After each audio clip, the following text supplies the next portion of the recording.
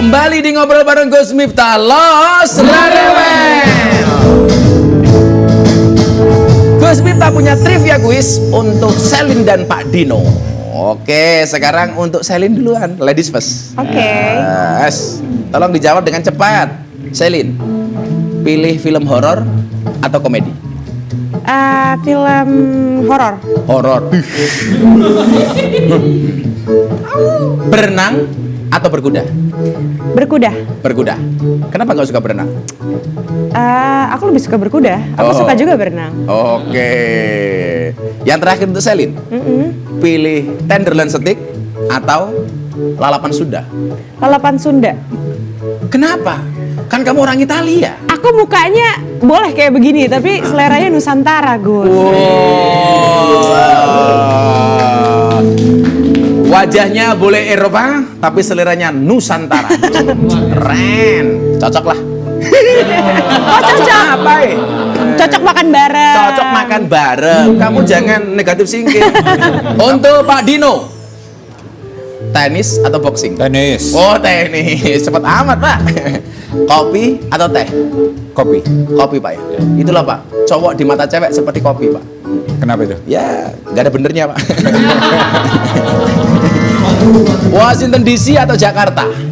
Jakarta. Kenapa, Pak, Jakarta? Atau nggak mau nyuci piring di Washington lagi, Pak? Keluarga ada. Keluarga ada di sini semua. Oh, Dan tapi ini kita udah tanah bosan air, nyuci kan? piring Ya. di Washington. Ya. Pak, saya pernah membaca profil Bapak pernah cuci piring di Washington. Benar, ya, ya. Saya umur 15 tahun itu. Pekerjaan Kenapa, saya Pak? pertama sebagai tukang cuci piring dan janitor, cleaning service. Cleaning service, Ya, pernah, Pak? Pernah. Dan 30 tahun kemudian saya kembali ke gedung yang sama sebagai duta besar. Wow, mantap. Gak malu menceritakan itu, Pak? Enggak, saya justru senang karena bisa menginspirasi orang-orang. Ya. Ya, ya. Dan pelajaran apa yang dapat diambil dari nyuci piring dan cleaning service jadi seorang Dino Patijalal? Kita belajar menerima instruksi. Right? Jadi kalau kita di bangku sekolah kan belajar mengenai sejarah, teori dan lain sebagainya. Tapi kalau jadi tukang cuci piring atau cleaning service, kita dikasih tugas harus selesai hari itu juga. Oke. Dan apa namanya? Ya kita jadi belajar jadi orang kerja gitu. Dan Kalau Selin pernah apa yang paling mengesankan? Kalau belum kan cuci piring, kalau Selin apa? Apa ya? Mengesankan dalam hal apa nih, Gus? Ya pekerjaan. Pekerjaan. Jangan cinta dong, aku jadi gak enak. Ya kalau dari pekerjaan aku memang aku kan semuanya dari bawah, Oke. ya kan. Aku dulu masih belum punya mobil, jadi kemana-mana masih naik angkutan umum. Pernah naik angkot? Pernah dong. Oh ya, yang serius lo? Iya pernah. Oh, tapi Pernah. sopirnya bukan misal kan? Kalau itu dibawanya beda arah nanti. Terakhir untuk Pak Dino, saya punya capture nih. Berita tentang mafia tanah. Terakhir ini kita lihat. oke. Dino, mohon bantuan masyarakat untuk identifikasi nama keberadaan wanita dalam foto ini. Perkembangannya gimana, Pak? Udah tertangkap wanita ini, sekarang udah ditahan polisi dan ada sekitar 14 orang lainnya. Emang dia mafia, Pak? Bagian dari sindikat ini ya. Dan sekarang sudah ditahan semua dan mudah-mudahan terungkap semuanya gitu. Kalau saya di mata Selin, Pak, seperti pencuri. Kenapa Pencuri tuh? hatinya. Saatnya kita ke tausiah ala Gus Miftah. Mohon izin, Bapak. Selin. Silakan. Mari kita dengarkan tausiah ala Gus Miftah. Sobat Kepo, setelah kita ngobrol sama bintang tamu yang asik nih, Gus Miftah mau tausiah sedikit. Coba kita refleksi, bermuhasabah. Kalau kita lapar, biasanya kemana yang kita tuju? Rumah makan. Betul? Sampai rumah makan kita akan ditanya, Miftah, kamu pengen makan apa? Artinya apa? Yang punya rumah makan belum tahu saya mau makan apa sampai saya bilang. Satu. Kemudian kita lihat lagi, kalau kita punya mobil atau motor yang rusak, mana yang kita tuju? Tentunya bengkel. Sampai bengkel, kita akan ditanya, motornya, mobilnya rusak apanya, Gus? Artinya apa? Tukang bengkel belum tahu kerusakan motor kita. Kemudian, kalau kita sakit, mana yang kita tuju? Pasti dokter atau rumah sakit. Sampai rumah sakit pun pasti akan ditanya, Miftah, kamu sakit apa?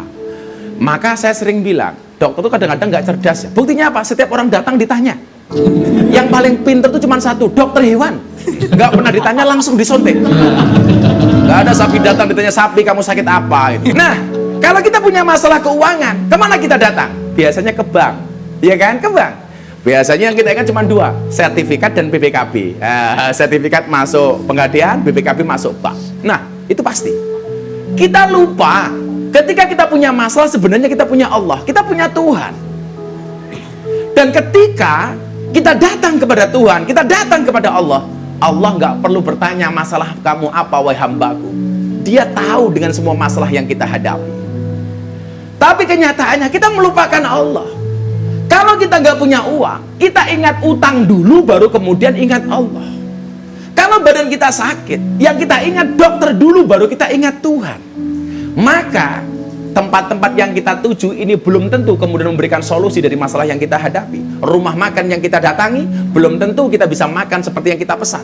Dokter yang kita datangi belum tentu bisa menyembuhkan. Bank yang kita hutangi belum tentu memberikan hutangan dan lain sebagainya. Tetapi ketika kita kembali kepada Allah, Allah akan memberikan solusinya. Maka gara-gara itu kemudian kita sering berputus asa. Kenapa? Karena selama ini kita terlalu jauh dengan Allah. Lebih percaya kepada manusia dibandingkan percaya dengan Allah. Contoh barangkali begini yang paling gampang. Kalau Selin punya masalah, lebih senang curhat sama temannya dibandingkan curhat dengan Tuhan. Padahal Tuhan pasti akan menutupi aib Selin, sementara tetangganya belum tentu menutupi aib Selin. Kalau sehari dua hari dia masih bisa dipercaya, aib Selin ditutupi. Tapi kalau udah nggak percaya, ngember Cin, ngember. Nggak, Gus, tahu aja. Makanya kita harus lebih percaya kepada Allah. Jangan sampai kita berputus asa. Allah mengatakan dalam Al-Quran, wala tai'asu mir rauhillah. Janganlah kamu berputus asa dari rahmat Allah.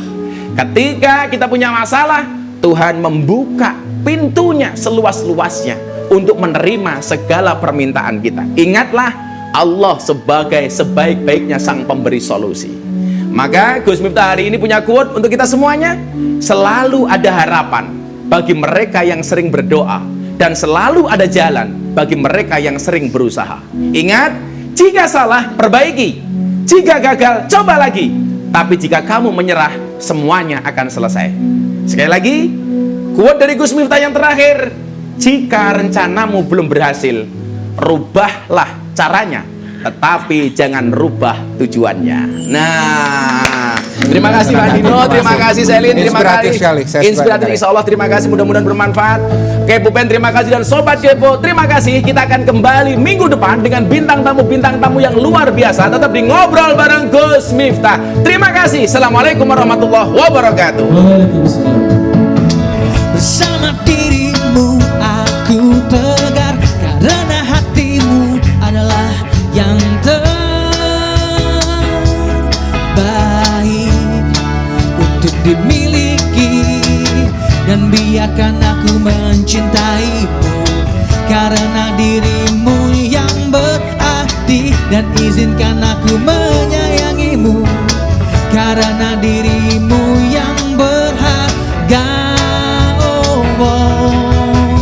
Ketika kau ada di sampingku, hidupku pun terasa damai, seperti yang telah terbayangkan dalam benakku saat hatiku ada di